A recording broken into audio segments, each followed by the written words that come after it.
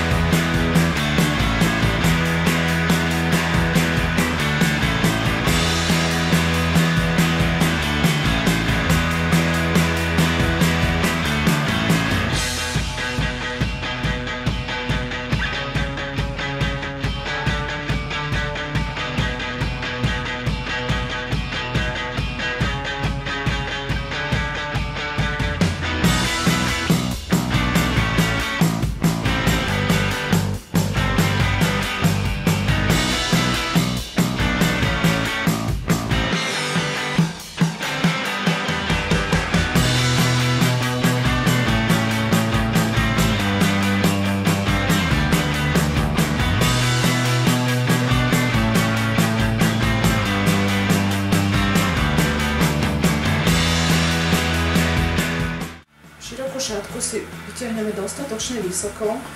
Teraz vlastne sa budeme odrážať od toho spodného lemu, ktorý si zakapsujeme a zvyšok ťaháme hore. Ešte stále. Keď ideme do miesta. Zakapsujeme. Dáme spádnko vyššie, lebo nám trošku kleslo. Schovaný. Hlavičku som cítila. Dobre, skontrolujeme nožičky, tam sa mi to dostalo už pod lítko, čiže si musím vyhrnúť.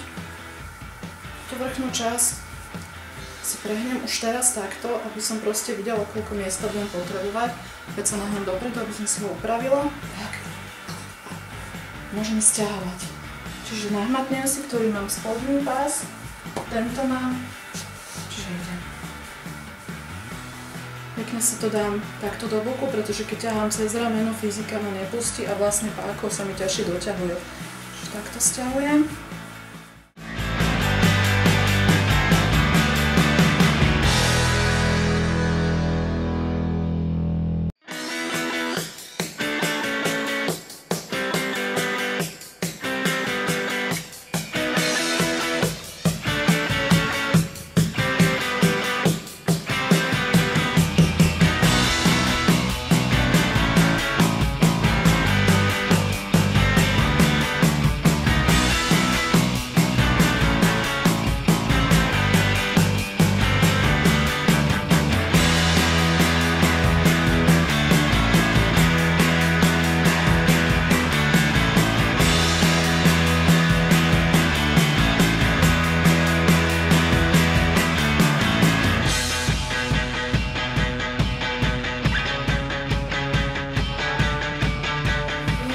Prehnúť na viacejkrát alebo takto pekne zrolovať.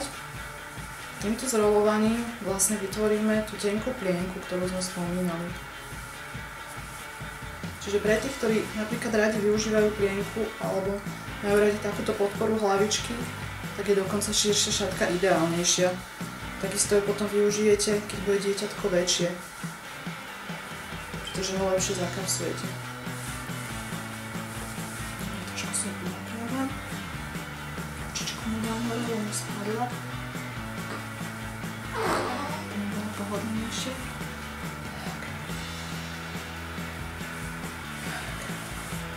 Takže teraz musím. Keby sme mali bábätko nejakým spôsobom vykrivené, tak jednoducho vtedy vieme, že by ho trošku trebalo napraviť.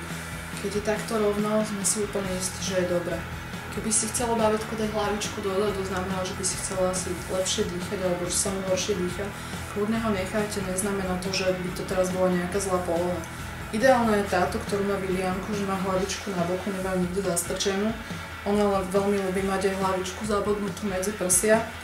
Treba mu vtedy nechať, keď mu je dobre, poprípade keď sa vám to príliš nezdá, naozaj opäť sa prehnúť, trošku sa vy pohybete, on sa tiež pohybe bábätko a dostane sa do tej polohy, ktorá mu je príjemná.